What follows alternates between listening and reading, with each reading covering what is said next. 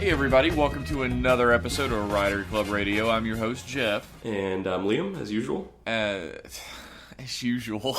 What? What is so funny about that? It's like you're gonna be a different guy. The idea that, like, not that there's going to be a different guy on the podcast, but that you yourself are going to be a different guy at some point. Yeah, this week I'm George.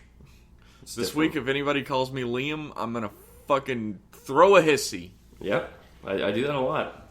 Yeah, it's true. This week on Rider Club Radio, we watched Kamen Rider X8 episode 18. 18? I want to say 18. I also want to say 18. Let's say 18. Fucking numbers. Do you want to check? And yeah, I can check real quick if it's necessary. It's 18. It is 18. Yes. And Q Ranger episode 2. And Fi's episode 13, 14, and 15. Yeah.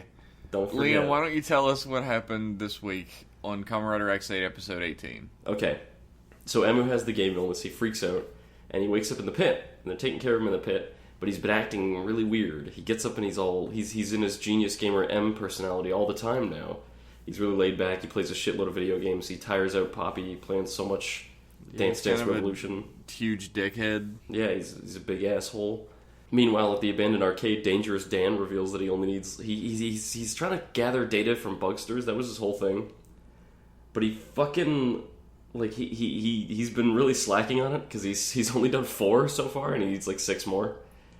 So he's working on that.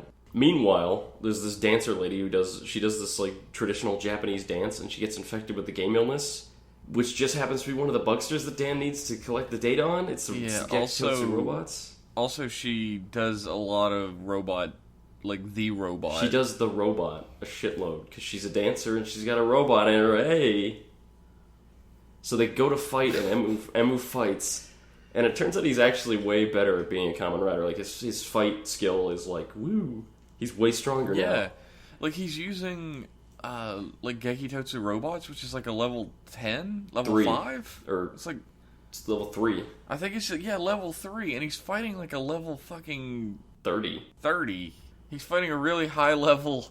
It's ridiculous. Bugster, and he just outplays him and kicks his ass. Those power-ups are so ridiculous. Yeah, why doesn't everyone just use them all the time? There is at least 27 levels worth of power in all those. And yeah, only Paradox seems to make any use of them. Like, Emu used to. He used to. I'm just happy that the show writers haven't completely forgotten them. Yeah. They're still around. I feel really bad for the design department that they had to put that shit in the background of every scene and no one was ever going to use it.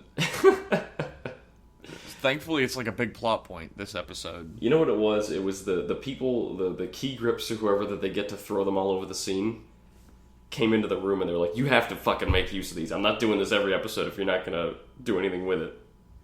The key grips? Whoever they get to place that shit. Johnny the intern. I believe they're called throwing computer piles of big sewer grates. Designer mans.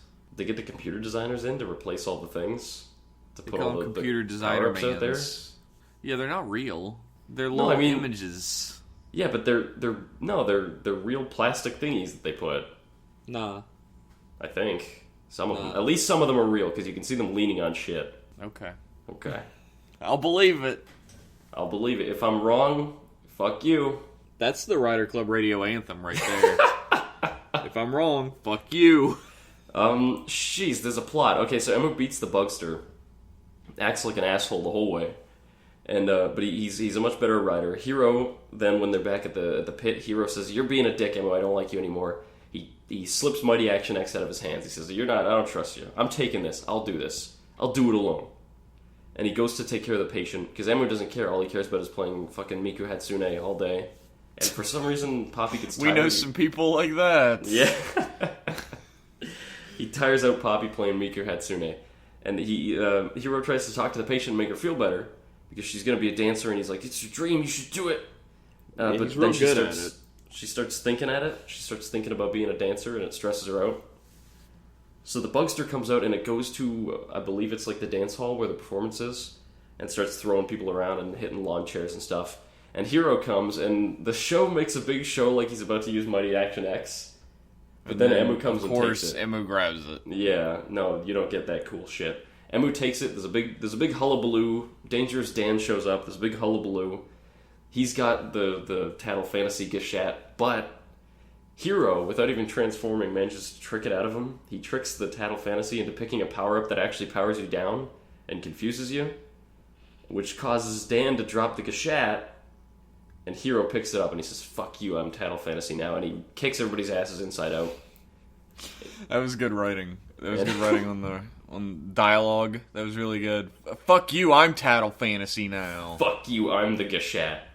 And he uses it, he kicks everyone's ass, and Emu goes back to normal. The Bugster. He's like ridiculously overpowered. He's level 50 now. He's stronger than Emu. He's stronger than everyone. Yeah. He's crazy. I guess good. Besides Paradox. He's equal with Paradox. Yes. So that was episode 18. Jeff, what did you think of it? It was alright. It was alright. This was not... There wasn't anything I hated about it. There wasn't anything I loved about it. Tattle Fantasy is a really cool-ass suit. I loved seeing Genius Gamer M personality, like, all the time. I like seeing him play video games, yeah. I loved seeing... I'm still of the opinion, and I think it would be the coolest shit, that Genius Gamer M is the real Emu, and the Bugster is the really polite one. I think it is, because before he got infected, he was supposed to be a big dick. But then in this episode, they mentioned that it might be because of the Bugster that he's so good at video games. Because it's obviously going to be... Well, no, wait. The fucking surgery was like 15 years ago, wasn't it? Yeah, 16 years ago. 16 years ago. And then suddenly he started acting polite later. After that. That's a good point. There was a surgery, then he was himself. He was Dickhole Genius Gamer M.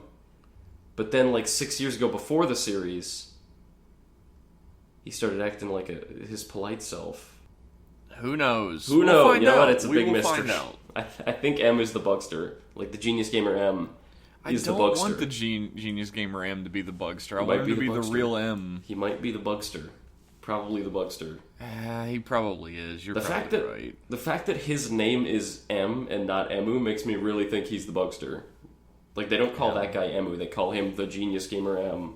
So I feel like he's like a separate entity. There's like a point made at the end of this episode, though, where fucking Paradox says, "Welcome back, Emu." And not... Like, Emu without the ooh stressed is how they say it. I can't say it because I always stress the ooh in Emu. Like, Emu. M. Yeah. And so Paradox has literally never called him that. That's true. I think he's only ever called him M. Let's make wild claims. You know that Hero has never shown his left hand on camera so far? Yeah. Did you know that Taiga has literally never shown his ball sack on camera? I feel like maybe in like episode 3 we probably forgot about it. Yeah. In his first appearance, he waggles his genitals at the camera for 5 seconds. I forgot. I'm sorry. Don't write in and tell me about it. I remember now. They know their audience over at Toei. Yeah, it was a pretty good episode. I really liked Genius Gamer M personality being on top, and I'm really disappointed that it ended already. It's probably going to come back. It was an interesting little arc. I'm sure it'll happen more, because now M knows he's infected, and he's going to be stressed out more. I don't know, maybe it'll be a plot point later. I hope so, because I think that actor does a really good job playing a little shithead. Yeah, he gets the whole duality down. He plays both characters really well. Yeah, he does. Like, Emu is my favorite character in the show. Yeah, well, not mine, but yeah, he's a good character. Because of his split personalities. What I didn't like is, I mentioned it earlier, so Dan has to collect data on all the Bugsters to make Kamen Rider Chronicle. Okay.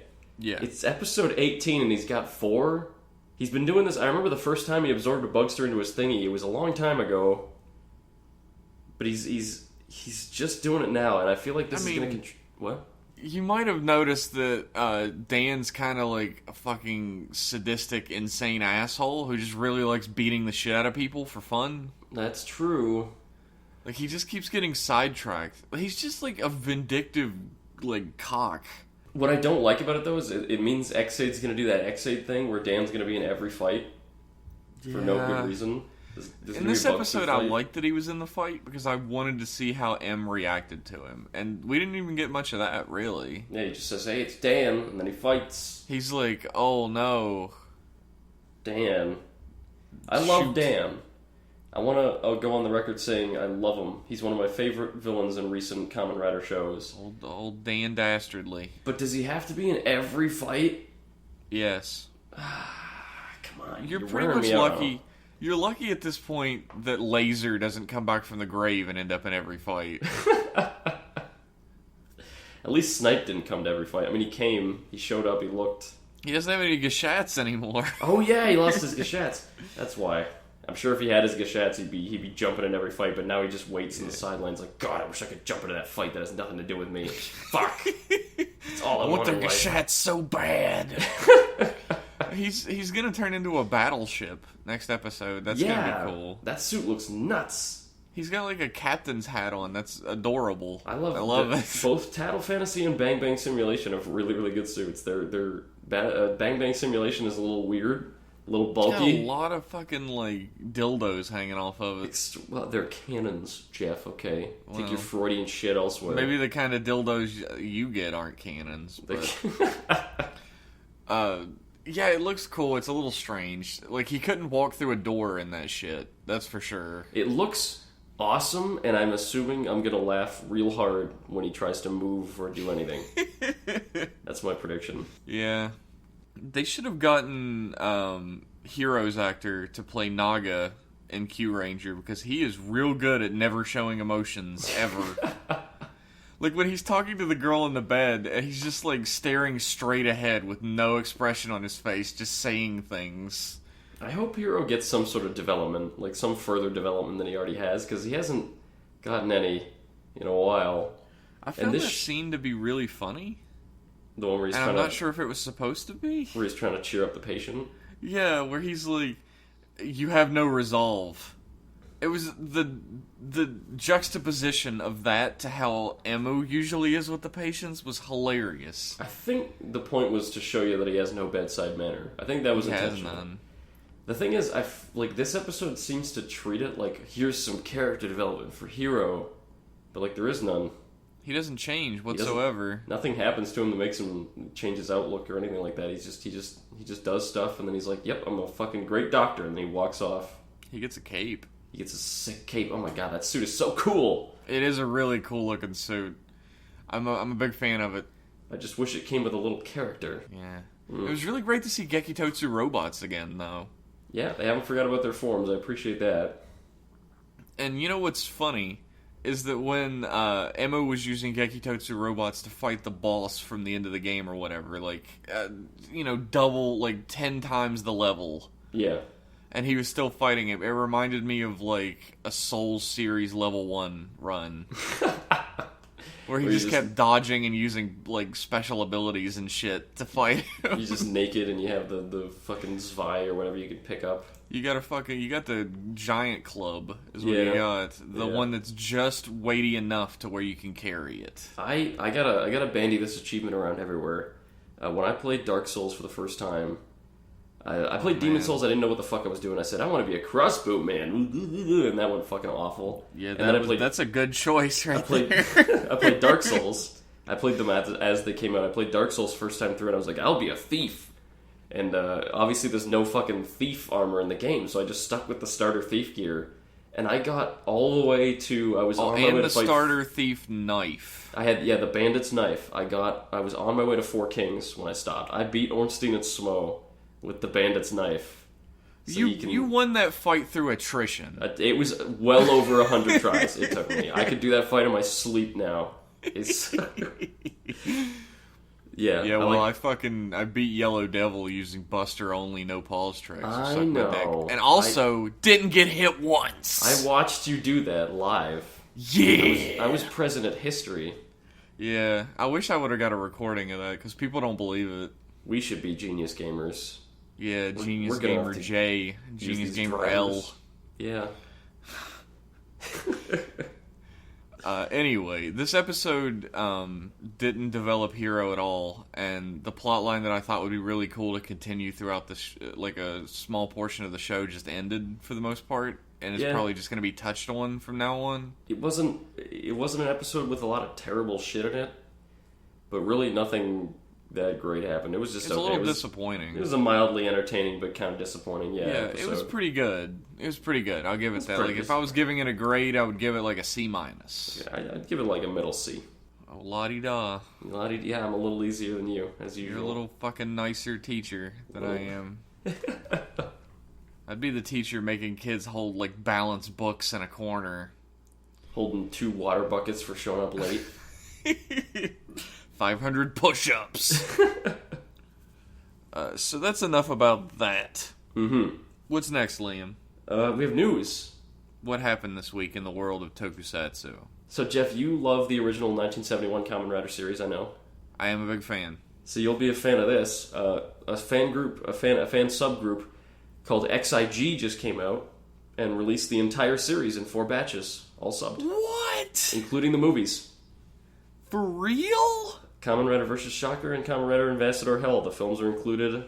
All the episodes are there from 1 to 98. Oh my god. So if you ever wanted to watch the original Kamen Rider series, I've seen bits and pieces of it, and yeah, it's pretty nuts. You should definitely check that out. I'll have that in the blog post, and you can download it at your leisure. Legally, of course, you can download the ticket to go to Japan and watch it on TV legally. Of course. Yeah, so check that out. We put together an itinerary for you. First, you go to the diner, then you go to your hotel, then you get to walk around Akihabara. You go to your love hotel. You go to the Love Hotel. We only got it for an hour. We got Poppy there. Oh, God. I'll stay in America, please. She's the only one we could afford. They paid us to take her. I'm sure our fans who love Poppy are going to enjoy the implications of that joke. Yeah, all 2 of them. I'd love if it was just 2 of them. That'd be great. Yeah, get at me. Fucking bring it on! The thing about Kamen Rider, the original series, even if you're not big on Showa, and if you're not, go fuck yourself. If you're not big on Showa, I highly recommend the first 13 or so episodes of the original Kamen Rider series. Because they're like a weird fucking experiment in film. Yeah, and they're so fun. Yeah. I love them. It's, apparently, they're hard subs, and they're a little more direct translations of Japanese. I don't know exactly how they are. I haven't seen them yet myself. But I'm sure there any, like, Baka Santachis in it? Probably not, but we'll see. Anyways, definitely fucking... The fact that the original series is subbed, I'm thankful enough for that. I really didn't think it was ever going to happen. So, I thought people were going to make it to 40 and stop, like every other subgroup that's ever worked on it. It's just there is that one subgroup, Midnight... Was it Midnight Sun? Crew. They did Midnight Crew, yeah. Stronger. That was fun. They were working on the original series, weren't they? Or was that somebody else? I think they were for a while. Because I think they got way higher than that. But yeah. The whole series is subbed now. This is just like with Super 1. I think it's the same people who did Super 1, where like it's out of nowhere. They were just like, oh yeah, here's Super 1. We just did all of it. See... That's how, like, subs were, like, way back in the day. Where, like, there were no blogs or anything to follow. It's just somebody would come out in, like, a chat room and be like, oh, I subbed the whole series. Here. Back in the Wild West days of the internet, eh? Back in the 1980s when I was but a lad of 45. I miss those days. I miss my original teeth. Mostly. Oh, yeah? Yeah, the wooden ones aren't doing you very good, are they? No. Very splintery. Yeah, very splintery. Right in your gums, too. Ouch. You get used to it. So that's really good news, everybody. That's fantastic. I'm going to fucking watch that. I'm going to watch that instead of Fies. Wow, no. Don't do that. It's going to happen. Fies is really good. It's alright. It's pretty good. It's alright. What's next on the news docket? So here's something that will blow your mind. I'm ready. This week, I found out... You know that Brave movie coming out? Beast Rider Squad? Yes. So at the end of that movie, there is a little teaser, and guess who's returning? Who? Foundation X. Oh yeah, I heard about that. Yeah. I saw the fucking like briefcase with the X on it. Yeah, I thought Toei had just completely forgotten about Foundation X. So did I, but apparently they're back. They're back. Here's the thing about Foundation X, right?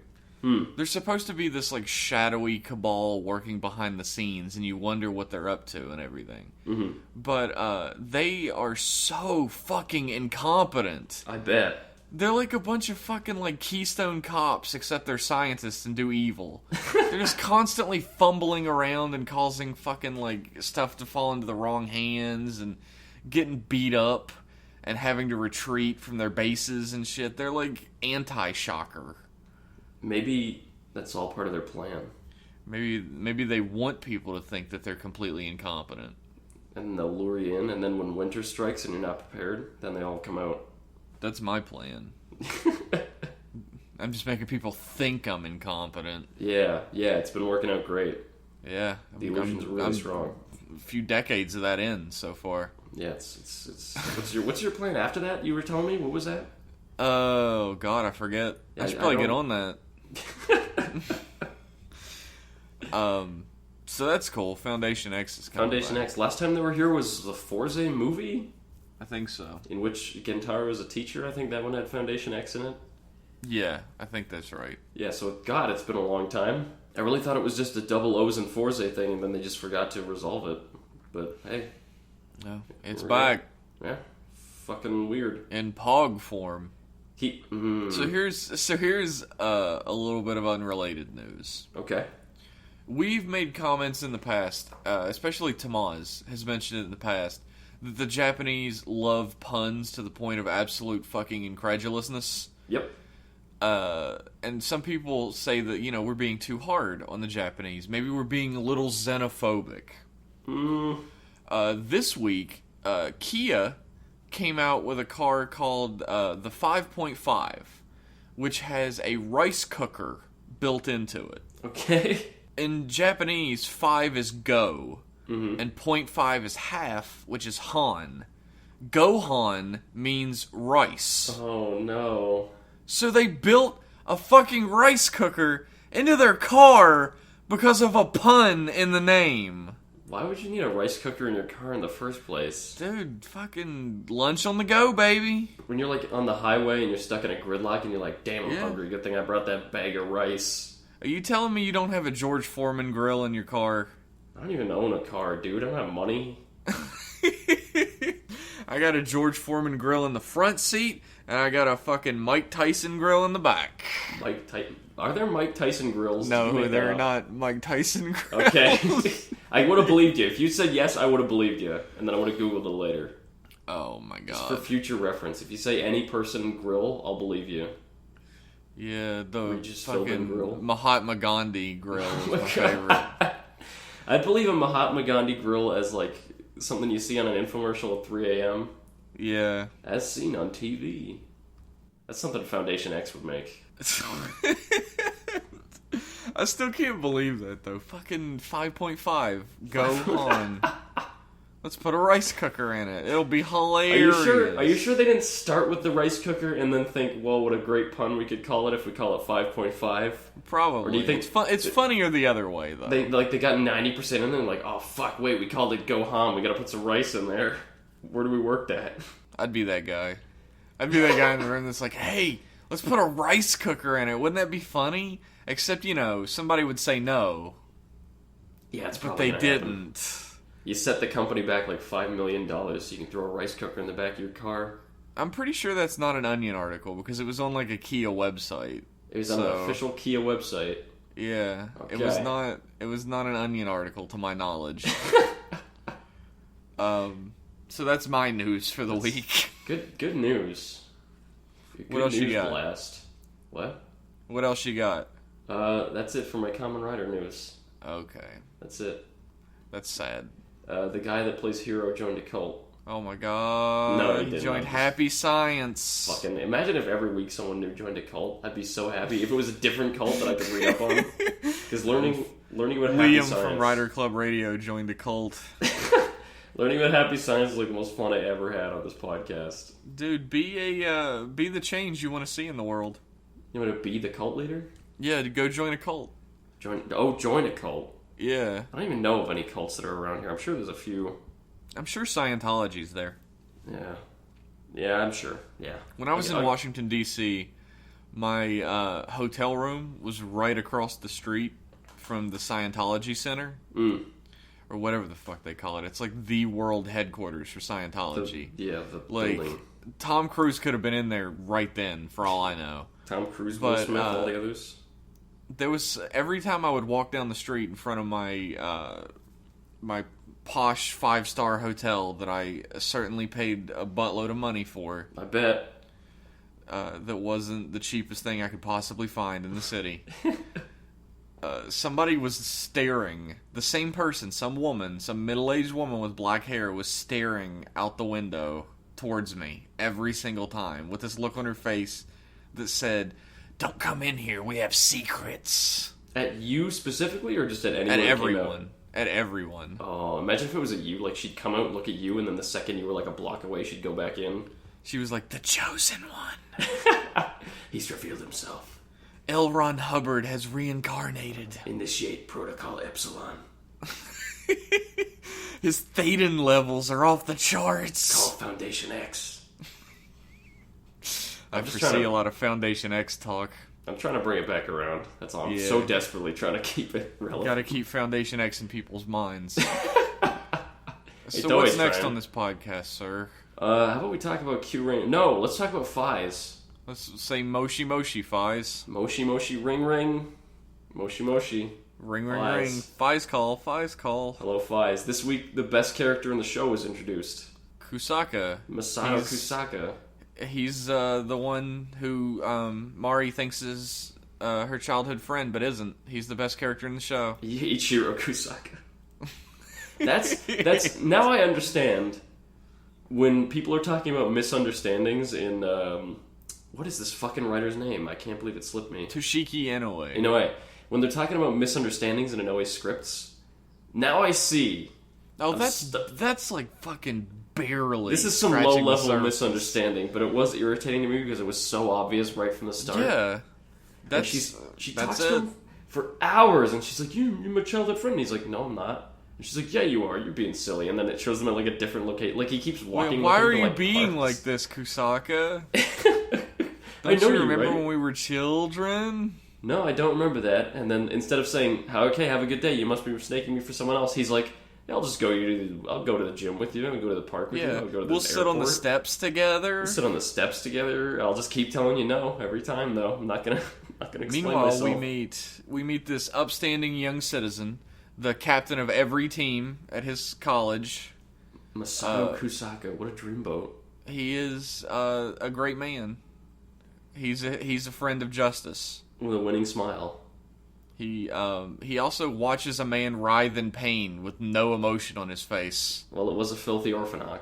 He's just sitting there, and then he knocks the water over, and he's like, "Ah, look what you did." Yeah, man, you fucked up. How could you do that? You start to see. It's actually really well done at this point, that you start to see the layers of his lies peeled back as an audience member. To begin with, you're like, look at this upstanding citizen. He's a much better guy than the shithead we have as a main character. You really do get the impression that the other characters get, that he's a little aloof, and Takumi just hates him because he's better at him than everything. Yeah. Which, then, that's what it seems like, straight up. Yeah, and that's what everyone else thinks, too. You see their perspective, which is cool. But then, like, slowly, you start to see, like, Takumi falls in the river, and he doesn't care at all. Yeah. And, like, he's watching Kiva, like, writhing in pain with this look that's almost like he's entertained by it. Yeah. Just sitting there staring at him. And when, is it Mari who questions him about the signature on the last reunion? Yeah, and he just, he realizes he's about to be caught in something, it looks like. The look on his face really seems like that. And then he just says, oh, I don't know.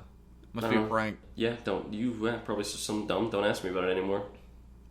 Yeah, let me live in your house. Probably just shut your mouth about that. He lives in the house, too. I love it. I really thought He was gonna be like, no, I have my own place. I go to school here. I have a life here. But no, he's like, no, I'll fucking move into this laundromat with you. Who cares? Sure.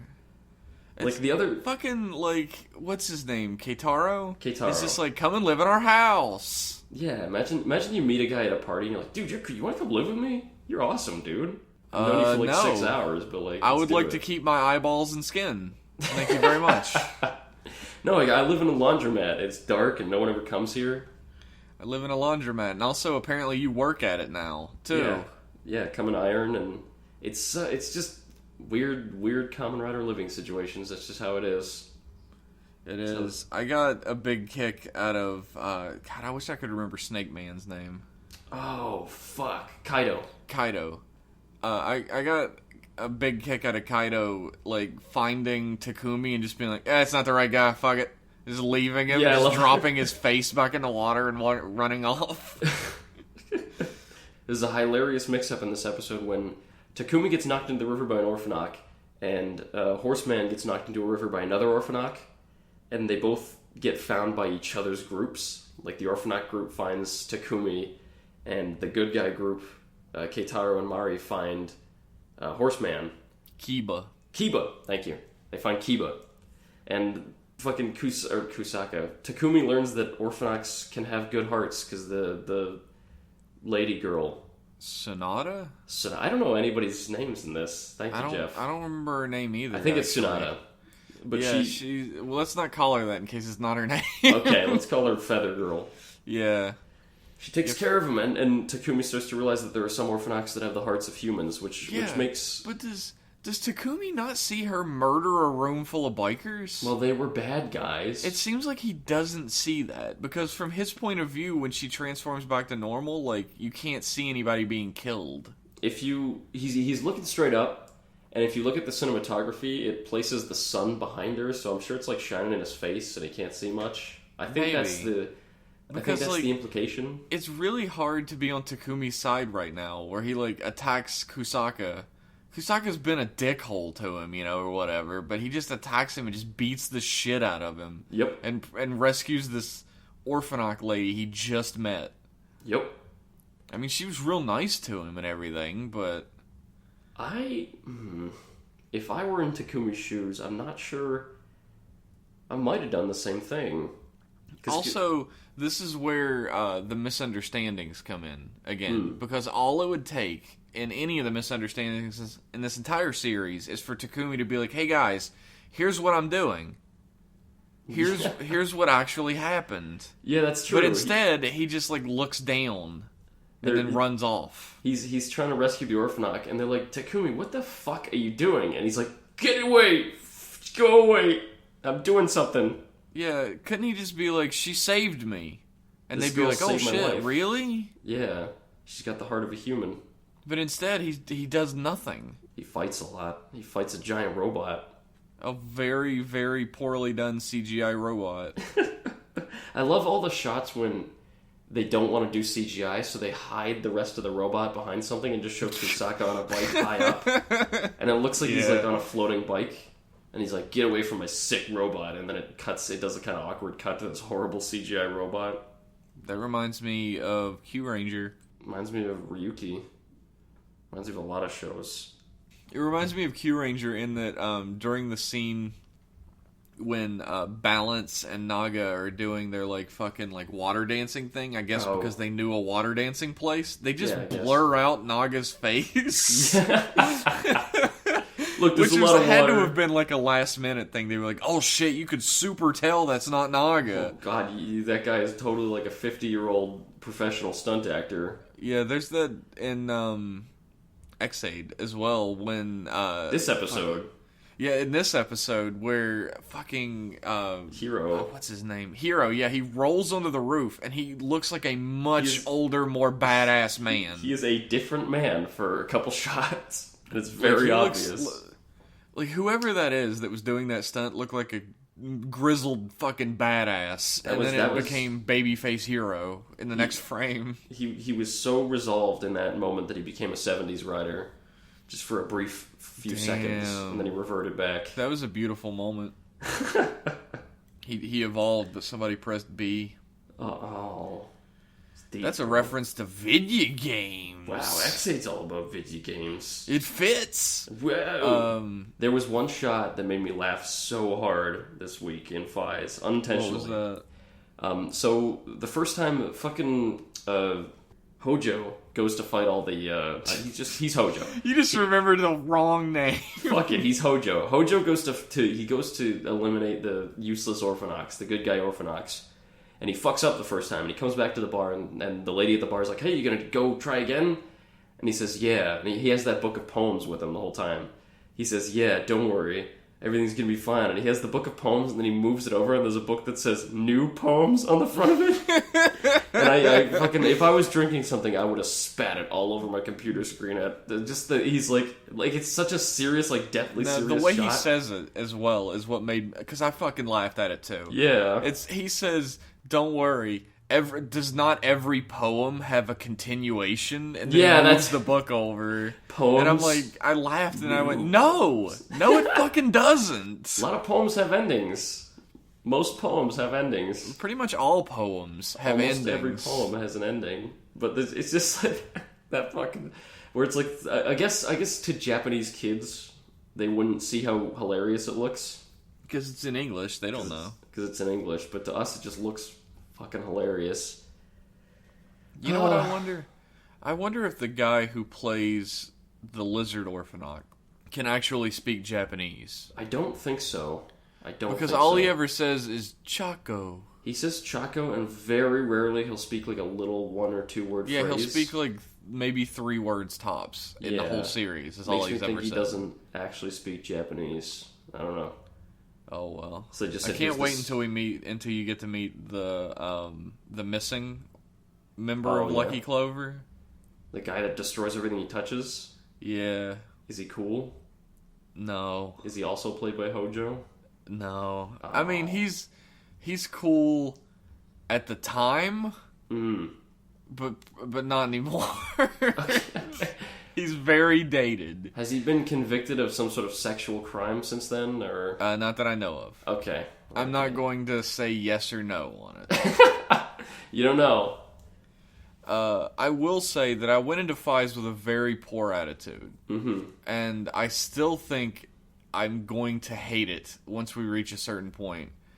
I feel like my first watch through was severely tainted because I'm remembering it in like reverse order from when I stopped watching back.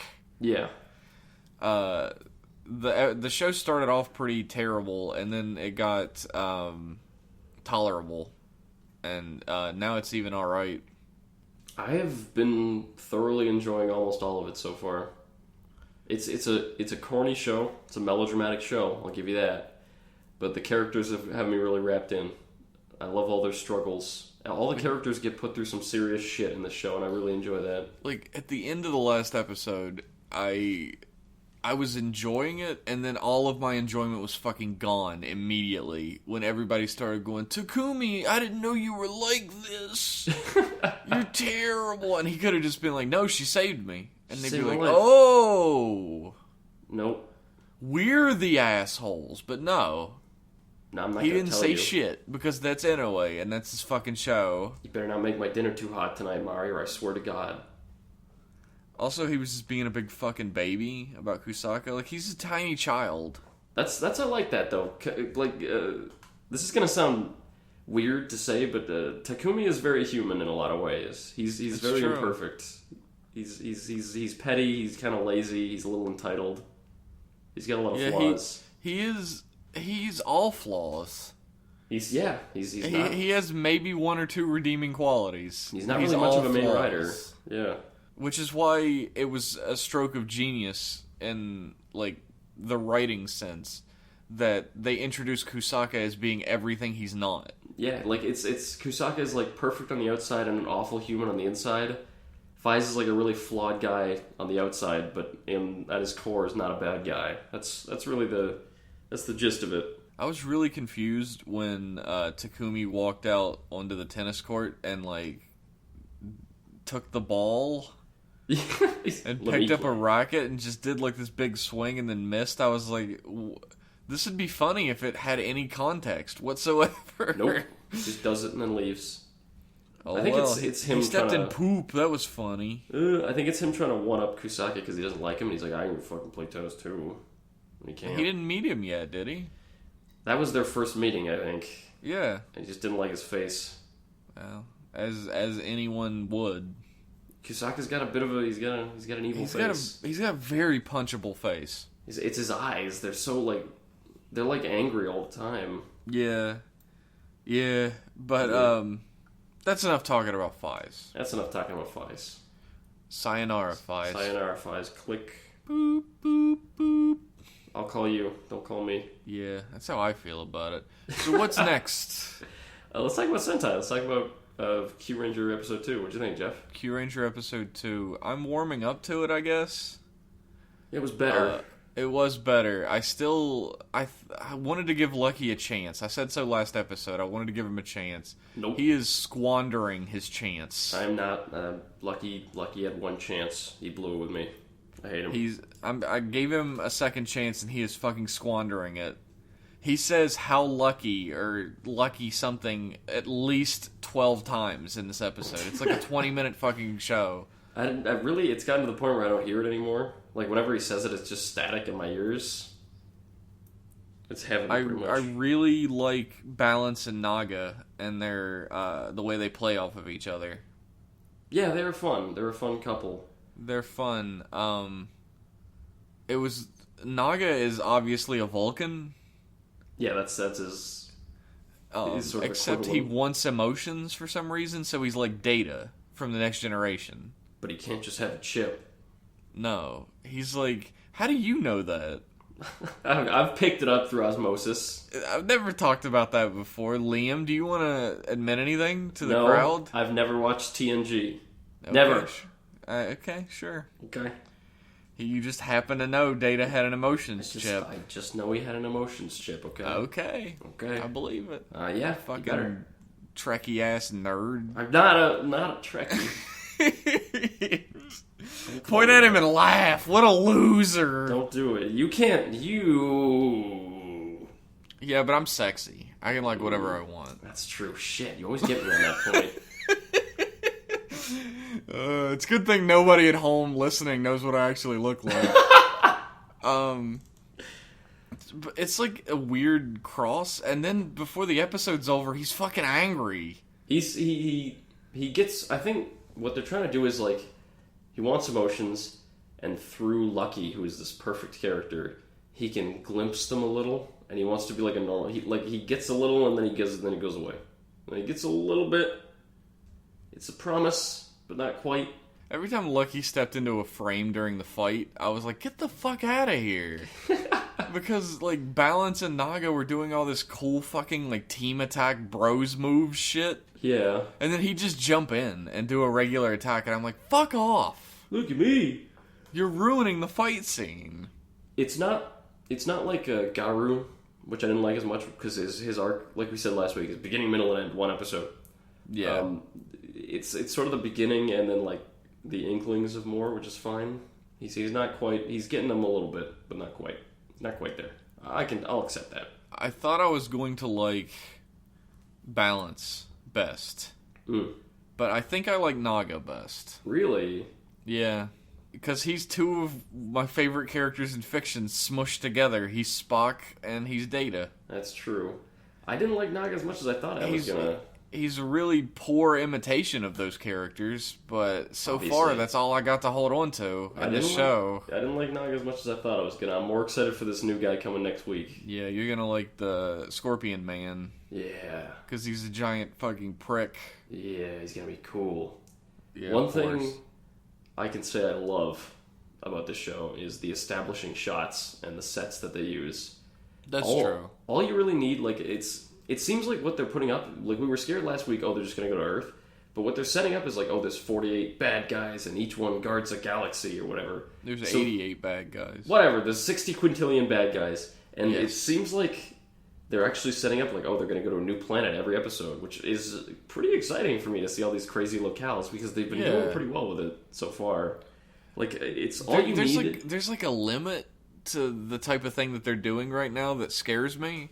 Yeah, it's true. Because, I mean, how many locations around the city of Tokyo are you going to be able to find that look like an alien planet in any way, shape, or form? Like, this planet was literally just, like, they went to an oil refinery.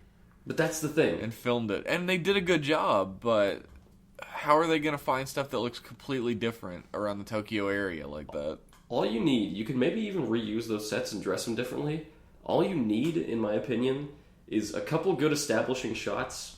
Which they're good at. They're definitely good at. And some background compositing, which they do this episode as well, with like the giant factories and shit in the background. Mm-hmm. And they dress the sets up real nice, and they fill them with aliens, and it's just like a backlot, like you said, like a backlot behind an oil refinery. But I really bought into it this episode. I totally bought into it. They did a good job. Yeah, I liked it a lot. If only any of these characters fucking, like, mattered. The characters are the weakest part of Q Rangers so far. They're all so flat. Which is the exact opposite of Zyuohger. I miss Zyuohger's characters. Yeah, I do too. Like I say that I like Naga best out of all the characters introduced, but that's not fucking saying anything. It's like Cookman, girl who's fucking like laughs at everything, Which is robot lady who's angry. That's the girl who laughs at everything is not a personality. Bull man who stands in background. And fucking Wolfman who also stands in background now. Wolfman, yeah. These aren't characters. It's a problem with a 9-man cast is you kind of it's a little bloated. And it's episode 2. For an ensemble show, yeah. It's episode 2, and I get that. But by episode 2, we knew the main cast personalities in Zyuohger, and we were interested to learn more. I don't give a shit about any of these characters. You want at least a snapshot in episode 1 of the cast, or at least of like the main cast. But there are so many fucking people, and they all it seems like they are the snapshot. There's no roundness, there's no detail. It's just like the one single thing. We were straight up introduced to 5 characters last episode. Mm-hmm. And in a normal Sentai team, there's enough like breathing room given to that. But there was like this big fucking like opening monologue, and then there was this big bloated fight scene at the end. So there's this little tiny room, and they mostly spent it explaining who Garu is. Yeah. Like, who the fuck are the original 3 Q Rangers? There's a guy who makes cooking metaphors and nothing else. Yeah. That's his whole personality. And the laughing girl in the bowl. The Bamzos. Yep. From what we understand from supplementary material, Laughing Girl is some sort of a ninja. She is from the Shinobi Star. From what she says, yeah. And Bullman is like a championship wrestler. Mm-hmm. But we only know this from supplementary materials. Yeah, they can introduce that. They mention what I'm once. hoping. Yeah. What I'm hoping is that once we get all 9 characters in place, which is probably going to happen in 2 more episodes, mm-hmm. we will give specific episodes to these characters one at a time to explain who they are, what their personality is, and what they want from the team. Yes. I'm sure that'll be the case. I'm sure they'll do that. It's how well they can do it that I'm worried about. I don't know. And somebody pointed out to us, I forget who. No credit tonight. No credit. I forget who. They said that there is a literal fucking pin pineapple apple pen. Yes! What in the this fuck? episode. I totally forgot about that. When they make an axe and there's 2 pieces and Balance is like, I got this and I got this. At Great Bit Blog. Great Bit Blog. Why the fuck? Why did you let me know that? Why did you have to tell me? I'd like it known on the record that Zyuohger never stooped to memes. As far as we know. As far as we know. You know what other show hasn't stooped to memes? Fies. Yeah. As far as we know. As far as maybe there's some sick 2004 memes at play in Fies. Like, I don't know Japanese memes is the thing, besides Blade. Blade, that's the only one we know. The first 12 episodes of Blade. And Blade did not exist yet when Fies was around. I just don't get it. There was the same thing we did like a month ago. There was that X8 stage play that also did a pineapple pen. Yeah, and that was joke. like the saddest, most cringiest thing at the time, but now it's in a show. That was a stage play. You can ignore stage plays. This is in... Oh well. Oh well. What can you do? That's a major strike. I want to like Balance more than I do.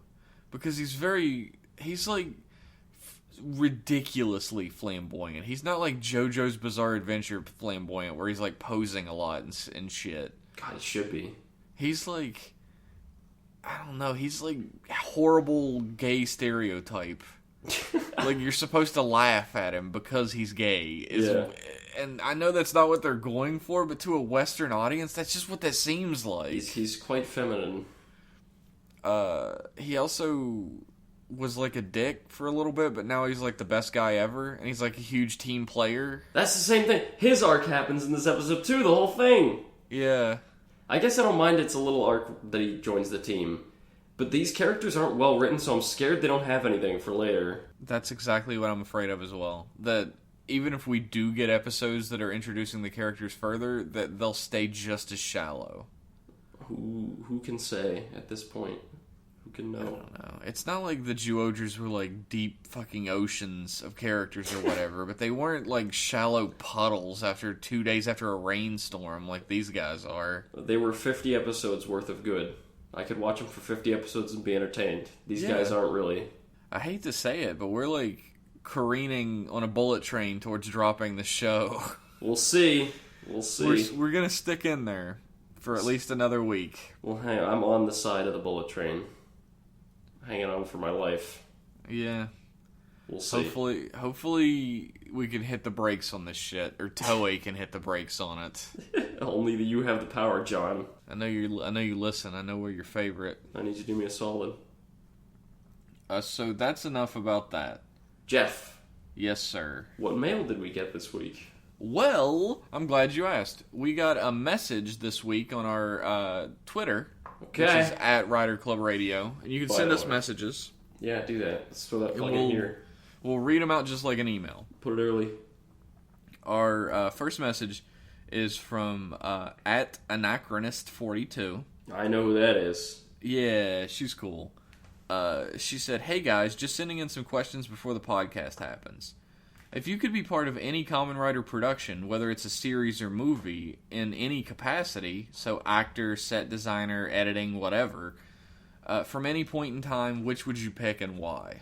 I would want to write a miniseries a la Amazon. That's what I want. I want to be a writer on a show. Yeah. What series would you base it on? Oh, God. I don't know if I'd base it on any particular show. I just want to make like one of those nice little niche 13-episode things that are weird and non-standard where I could just do whatever I want with it. I don't know what I'd do with it, but that's what I'd want. That's the position I'd want to be in. See, I don't know. It's tough to pick, because if I could work at Toei in any position, I would probably want to work as like a character designer. Oh, yeah. But it's hard to pick what series I'd want to work on. I feel like a lot more effort could be put into some of the Orphanox suits. Yeah. Some of them are really cool, but some of them are not. A lot of them are pretty ugly. And they have such a cool concept that they're all like colorless. They're all white and pure, yeah. Yeah, which is great. Kind of like a gray. But I think Forze had a lot of room for like really cool ass looking monsters based on like Zodiac stuff. Mm-hmm.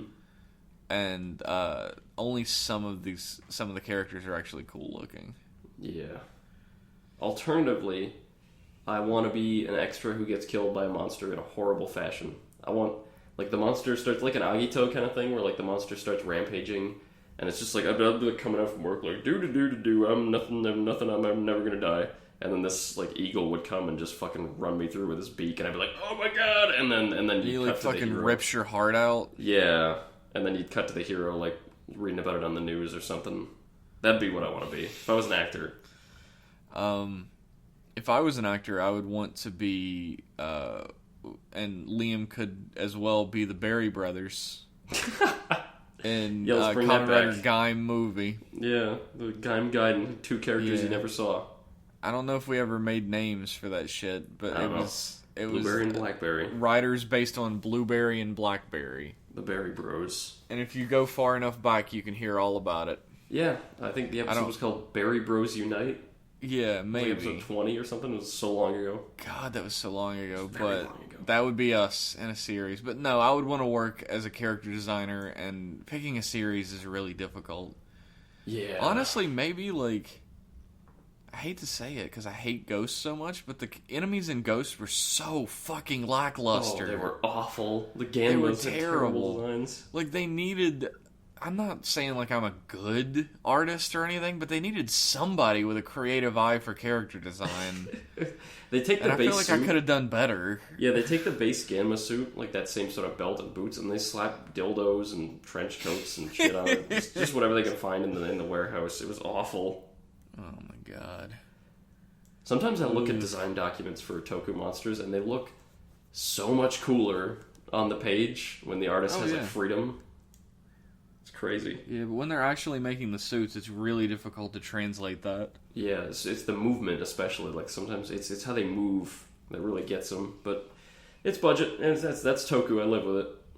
Our first email, Oh boy, is from James, who says, "Hey guys, podcast is spicy as always." spicy. Thank you.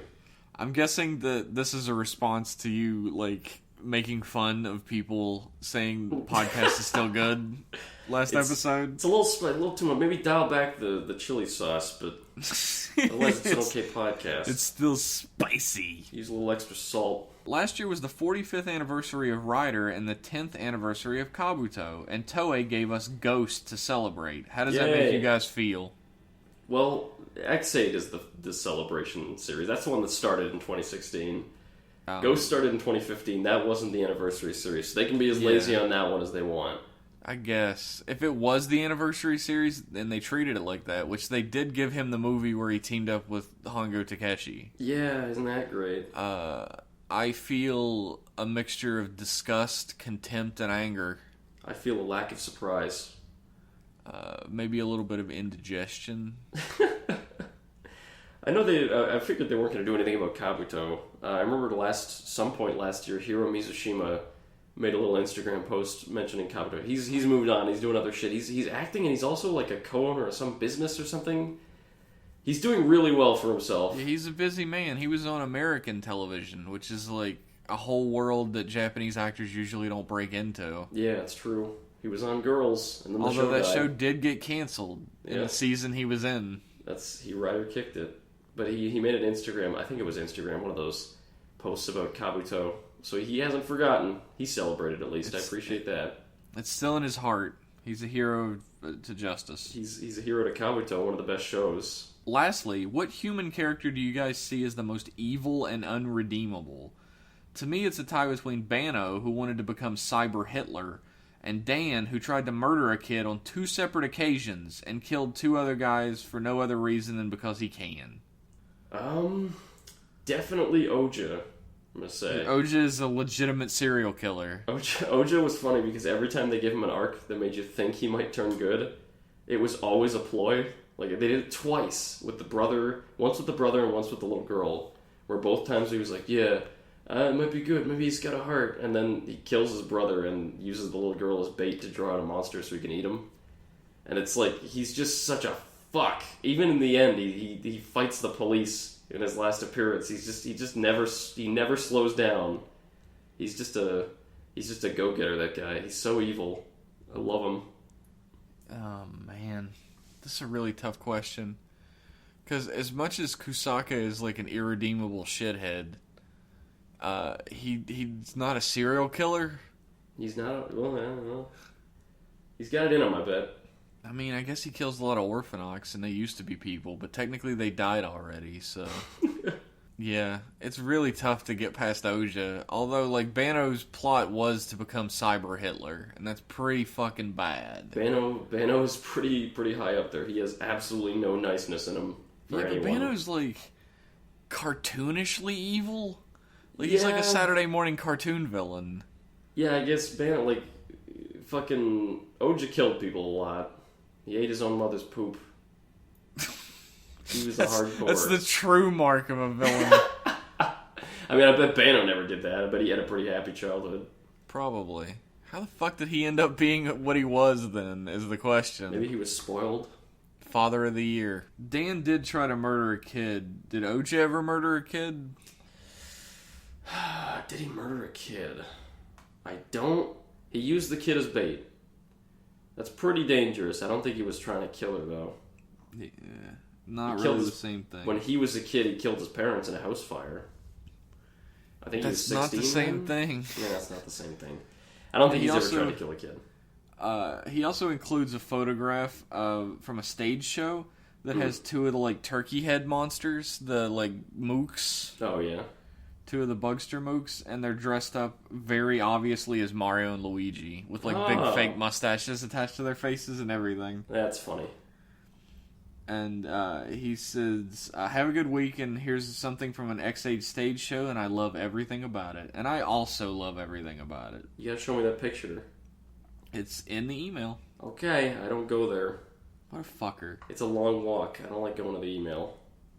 Our next message on Twitter is from Paris Valsenis. It's a very fancy name. I guess. Hi, my favorite Toku shits. How was your day? Good. Same here.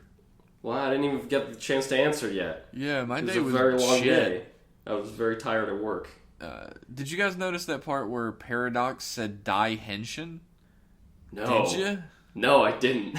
Does he say that? He does say "Die Henshin." Oh. I have 3 questions for the both of you. 1, Jeff, what's bad about Fies in your opinion? And Liam's, what's good about Fies? I feel like that question is being answered in our segment. Let's summarize it. I like the characters and I like their struggles. They're interesting to me. That's what I love about Fies. I hate the melodrama, and I absolutely can't stand that all of the character like every bit of friction between characters could be solved with one sentence every single time. Well, that's not true. Look, the friction between Takumi and Kusaka couldn't be solved with a sentence. Kusaka's a piece of shit. The friction between Takumi and almost everyone couldn't. Like, he's still a dick to Mari. He still hates Keitaro for all of his That's all attitude. like background noise. It's not like friction of the plot.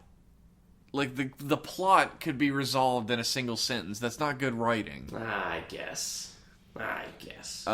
Question 2. Jeff, if you could change one thing about Q Ranger, what would it be? And Liam, if you could change one thing in Fies, what would it be? Why can't I say my thing for Q Ranger? You can say your thing for Q Ranger as well. Lucky! Yeah, I would also change Lucky. Well, no. Fuck that. I would change the entire structure of the show so far, which is only 2 episodes, so it could be done. Okay. I would have them have these characters be introduced slowly. Just slow the whole show down a little. You know what? Just have the fucking, like, pink lady in the ship and, like, Lucky meets her. Yeah. And make Lucky not shit, I guess. But give him any reason to join. Other than just that introduce the characters in a way that's much more natural, and, like, you learn more about them than the green lady, like, laughs at things, and yellow guy enjoys cooking. Just write the show better. Yeah. If I could change one thing about Fies, I would add a scene that explains why Takumi doesn't explain why he's protecting an orphanage. Maybe, like, have just some scene that would give him a reason to keep it a secret. Like, maybe he's afraid that, I don't know, Kusaka will turn on him and try and kill him, and he knows Kusaka's stronger, or something like that. I don't know. Or he's afraid his friends will turn on him because they're like, you wouldn't do... Like, they'll be eating dinner, and they'll be like, yeah, wouldn't it be fucked up if someone tried to protect an orphanage? I'd probably kill that guy in his sleep if he did that. Or just anything to give him a reason not to do that. Yeah. That's what I'd change. I would change Liam asking me if I'll watch this show with him. Well, I have to now. I gotta be the fucking Fies police. You did this to yourself. You asked me if I wanted to watch it with you, and I said yes. I would change that. Okay. That's how I would change Fies. Okay.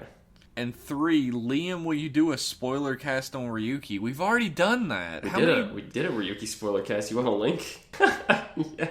It's on YouTube, guys. If you go to our YouTube page, it's right at the bottom. Spoiler casts, and it has a list of them. Yeah, check them out. I guess we need to, like, figure out some way to make that more obvious. Like, maybe have, like, a thing on the blog, like a link at the top or something? I don't know. I'll figure it out with my web wizardry. We will figure that out, because it's obviously not really working out. Yeah. Our next email is from Jake the Snake. Jake the Snake. Is that his actual handle, or are we just calling him Jake the Snake? I've just called him Jake the Snake every time. I don't know why. Okay, I appreciate it. And the funny part is, I don't think that I've said it before every time. Hey guys, I always thought Dopanto was a reference to doping. Because it fucking is. That's what Jeff and Tomas were arguing about. Yeah, dopant. Because doping. Gaia memories are kind of drug-like. The tangents... Well, yeah, there are Gaia memory dealers in the show. They're drug dealers. Yeah. The tangents are hilarious to listen to, by the way, from barcades to the etymology of kaijin terms. Thank you. We got a good one this episode. Yeah. Tattle Fantasy is an improvement over Do Re Mi Fa Beat, design-wise at least. Definitely. Also, even if it's outclassed at this point power-wise, I still enjoy seeing Gekitotsu robots on screen. I agree. Yeah, I love the suit. Questions. 1. Who are some of the supporting characters in Rider or Sentai that you're fond of or grew on you? My obvious choice would be the SCU. At first I thought they were going to be a bunch of comic relief characters and that'd be it. But the spotlight each of them got and the roles they played proved me wrong. Ooh. I felt very similar about the SCU. I'll say that real quick, but go ahead. I was just going to say, I can't say much about Sentai because I ain't seen shit in Sentai. But, Rider, supporting cast. The SCU is a good choice because they really grew on me and I really miss them now. Yeah, I the do whole gang, too. Q and Gen and all them. Oh, man. Most of the older shows I watch have much smaller supporting casts. That's There's not true. like a team or anything. Although I was going to say my favorite supporting cast is probably from the original series. Oh, Tachibana and them. Yeah, Tachibana and fucking Taki Kazuya. Yeah. And all the ladies. It's a good choice. I'm going to say Kuga. Yeah, Ichijo Kuga has a and great... the archaeologist friend. They're a fantastic duo. Yeah, Ichijo kind of like tips it over in that direction anyway. Like Ichijo is like the Taki Kazuya of Heisei. Yeah, and that he's such an important character and he gets in on the action a ton. I don't know if I'd even call him a supporting character. He's a main character kind of, but for the sake of non-Rider characters, like the non-Rider cast of Kuga is really good. Yeah, absolutely. Or Agito. Fuck, either of those two shows have really good casts. Shit, it's hard to pick, actually. I think I'm gonna stick with the original series because I feel like that was when Tachibana was the Tachibanist. Yeah, definitely. And I fucking love seeing Taki get into shit because he thinks he's a rider, even though he's not. I remember Tachibana in Stronger is just, he's not a mentor or anything, he's a comic relief and that's it. He wears a cowboy hat all the time. Yep. There's something I wonder about Stronger. Is Stronger supposed to be in like a faux America version of Japan? I think... Because Tachibana wears a cowboy hat and they all play like American football all the time and they're always eating hamburgers. Yeah, Stronger's suit is kind of based off an American footballer's suit. Yeah. I think it was just cool. Everybody loves America, right? They couldn't... Right, rest of the world. They're not going to fucking fool me into thinking that all these Japanese people who speak perfect Japanese are hanging around in America and interacting with each other. Well, I'm pretty sure kids in Japan. Maybe. I think it was just cool. It was just, all that stuff is cool. It's the 70s. Burgers are awesome. Football's awesome. Burgers still awesome. Burgers are always awesome. Burgers are less awesome today. I had a burger today. It was delicious. You lucky. I've been craving burgers lately. Yeah, I had a big-ass juicy burger that had blue cheese and fucking buffalo sauce on it. It was so good. I like going to... I want to go to Five Guys now. Fuck. Sponsored by Five Guys. Sponsored by Five Guys. It tastes good even when it's cold. You only have diarrhea for 2 nights. Question 2. Did the most upstanding citizen and all-around good guy on Fi's, Kusaka Masato, meet all of Liam's expectations this week? He's getting there. I just want him to see... I just want to see him do something so awful. I'm waiting for the tipper where I'm like... He's just... Like, right now he's a dick. Sure, he's a dick. But I want to see him do something really, really fucking horrible. I can't wait for that.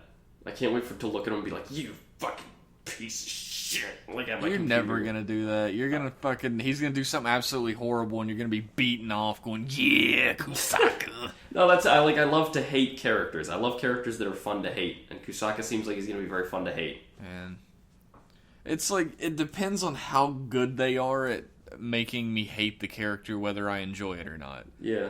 Funny enough, Hojo is another good example of a character that I really like to hate, but I know, Jeff, you didn't like him at all. I like to hate Hojo. I like it. I don't love it. Yeah. I like it, but I love to hate. No, I don't love to hate Dio when he's like the villain Dio in JoJo, because he's so much fun that I can't hate him. But when he's a kid, kid Dio, I don't love to hate him at all. I just fucking hate him, and it was the most fucking perfect moment of Schadenfreude when JoJo knocks the shit out of him and he starts crying. For the first time, when they're 13. That was the most beautiful moment in anime history. When I started reading JoJo, I knew about Dio. People had told me about him, but not the details. And there's a bit where he's hanging out with JoJo's dad, George Joestar. And he's like, whoa, that dog Danny, he and JoJo are pretty close, huh? And JoJo's dad's like, yeah, they're like best friends. And Dio's like, And I'm like, oh, fuck this guy. Yeah, I already know. He fucking throws a dog into a fucking furnace. Jesus. What an asshole. What a great... Dio's just, like you said, he's so much fun. He's so much fun. Burning dogs alive, so much fun. Dogs. He got his in the end. Yeah, he did. Thanks, and looking forward to the next episode as always, Jake. P.S. I hope this is the shot Jeff was talking about from last week's episode, Dastardly Dan's ridiculous smile. And I want you to go into our email and take that photo and at least put it in the blog post as a small little photo. Okay, I'll put that in there. Because it is the exact face I was talking about. Jake knew. We were on the same fucking wavelength. I put a ridiculous smile in the blog post last week, but I don't think it was that one. It might be. I don't really remember. Okay. But our next email and the final email is from friend of somebody, Dewey Defeats Truman. Friend of somebody, I'm sure. I reserve friend of the show for people we actually know. Yeah. But Dewey Defeats Truman does hang out on a lot of like streams and like game nights and stuff like that. He's a real cool dude. Discord regular, Dewey Defeats Truman. I don't know if he uses a Discord or not. Well, you know what? Mailbag regular, Dewey Defeats Truman. That's true. It's very true. Dewey writes, why does the show about dumb video game characters treat death more seriously and with more respect than the show about ghosts in the afterlife? I don't know. Ghosts had a lot of potential, but squandered it every time. Ghosts had a lot of potential at the beginning and squandered it, and then continued squandering it for the rest of the series. It had potential for like 2 episodes, and then nothing. Literally 2 minutes ago, we got another email. Really? From friend of the show, Graham. This is going to be dumb. Who says, if you end up dropping Q Ranger, would you watch another Super Sentai in its place? I'm not sure, honestly, because we got 2 shows right now. We got X8 and Fies, and honestly, at this point with 3, I'm starting to struggle a little bit to remember what happened in all of them. Yeah, because I got 3 episodes kind of in of the Fies. same boat. Yeah, 3 of Fies, and then 1 of the others. That's why I'm kind of like leaning towards maybe like cutting Q Ranger out if it doesn't perform next episode. Yeah. So probably not. Maybe when we're done with Fies, and if Q Ranger's still on and we still hate it, we'll pick up like, I don't know, Mega Ranger or a show I've heard good things about. But we'll see. I've heard a shit ton of good stuff about Live Man, and I've never watched it. Oh, I want to see Live Man. Shit. I want to see Jetman. I want to see Go Busters. Yeah, I want to see Go Busters. Like, I always get recommended Go Busters. Everyone always recommends it to me. Yeah. So I'd really like to see that sometime. Yeah, so but that's the end of our emails. Okay, so to answer your question, probably not until Fies is done. Yes. Yeah. If you would like your email read out loud on the air, live, pre-recorded, Live Man, then send it to riderclubradio@gmail.com and proofread it before you send it. Sure. Get all your typos out. Make it quick, or else we're not even going to look at it. If I see a typo in your fucking email, it's out. Also, if you like Twitter, like I know I do, follow us on Twitter @Rider Club Radio. No caps, no spaces, no numbers, no silly things like that. You can find all kinds of fun things on there. You can tweet at us and we'll answer. You can send us a message and we'll answer your questions on the air. You can send us a private message and just get really intimate with us privately. Yeah, you can get erotic. You can do whatever you want, really. There's no laws against it. There's no laws on Twitter. It's the Wild West out there. There's no laws against eroticism. You can, if you want to call Jeff dumb for not liking Fies, straight to his face, get on Twitter. Yeah, you can do that. Although I have been very lenient on this program. You've been really nice. I appreciate that. I've really tried as hard as I can to enjoy it for what it is. You can't see, but like the veins are popping out of Jeff's forehead every time he's talking about Fies. Like, yeah, I really like this one scene. This one was alright. That's the best I could do. My teeth are fucking like filed down to nubs from being clenched. Oh, okay. So we're done talking about shit this week. Yeah, thanks for tuning in, and we'll see you next week. See you. Peace.